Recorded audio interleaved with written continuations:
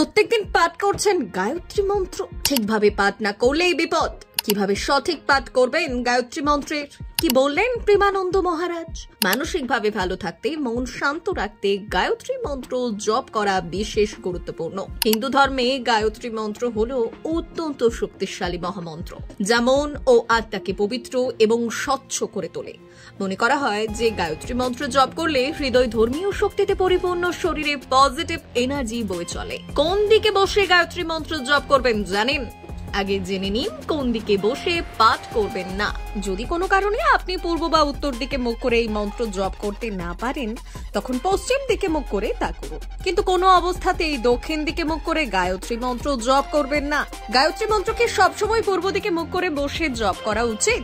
পূর্ব দিকে মুখ করে গায়ত্রী মন্ত্র জপ করলে সম্পূর্ণতা লাভ করা যায়। কিন্তু অনেক সময় এমন পরিস্থিতি আসে যাতে পূর্ব দিকে মুখ করে বসে গায়ত্রী মন্ত্র জপ করা সম্ভব হয় না। সেই ক্ষেত্রে আপনি উত্তর দিকে মুখ করেও গায়ত্রী মন্ত্র জপ করতে পারেন। সনাতন ধর্মে পূর্ব ও উত্তর দিক হলো সব থেকে শুভ দিক, তাই এই দিকে বসে মন্ত্র পাঠ করা উচিত।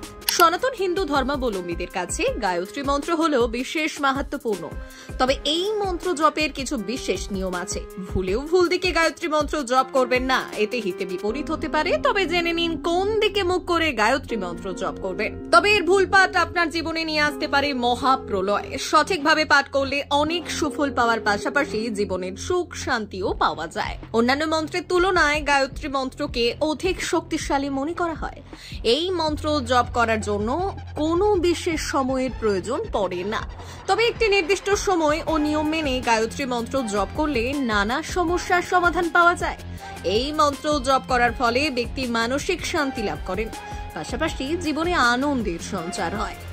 ওম ভূর্ভুবঃ স্বঃ তৎসঃ বিতুর্ভরেণ্যং ভর্গো দেবস্য ধীমহি ধিয়ো ইয়ো ন প্রচোদয়াৎ। ছাত্রছাত্রীদের জন্য গায়ত্রী মন্ত্র জপ অধিক লাভদায়ক। এই মন্ত্র জপে একাগ্রতা ও জ্ঞান বৃদ্ধি পায়। আবার পড়া মনে রাখতে সমস্যা হলে এই মন্ত্র জপের ফলে লাভ পেতে পারেন। দুর্বল স্মরণ শক্তিও এই মন্ত্র জপের ফলে মজবুত হয়। শিক্ষায় সাফল্য লাভ করার জন্য প্রতিদিন গায়ত্রী মন্ত্র জপ করা উচিত। ব্যবসা, বেকারত্ব, কমায়, অসাফল্যের মতো সমস্যা থেকেও মুক্তি পেতে গায়ত্রী মন্ত্র জপ করা উচিত। আবার জ্যোতিষ শাস্ত্রে শত্রুর হাত থেকে মুক্তি পেতে একটি উপায়ের উল্লেখ রয়েছে। যজ্ঞের সময় গায়ত্রী মন্ত্র উচ্চারণ করে নারকেল কোড়া এবং ঘিয়ের আহুতি দিলে শত্রু মুক্তি সম্ভব হয়। আবার নারকেল কোড়ায় মধু মিশিয়ে আহুতি দিলে ভাগ্যোদয় হয়। অন্যদিকে গায়ত্রী মন্ত্র জপ করলে বাস্তুর কারণে সৃষ্ট অশুভ শক্তির প্রভাব খর্ব করা যায়। মনে করা হয় এই মন্ত্র জপের ফলে জীবনে উৎসাহ এবং ইতিবাচক শক্তির প্রভাব বৃদ্ধি পায়। কঠিন ও খারাপ পরিস্থিতি কাটিয়ে ওঠা যায়, এমনকি ব্যক্তির সেবার কাজে নিযুক্ত হয়।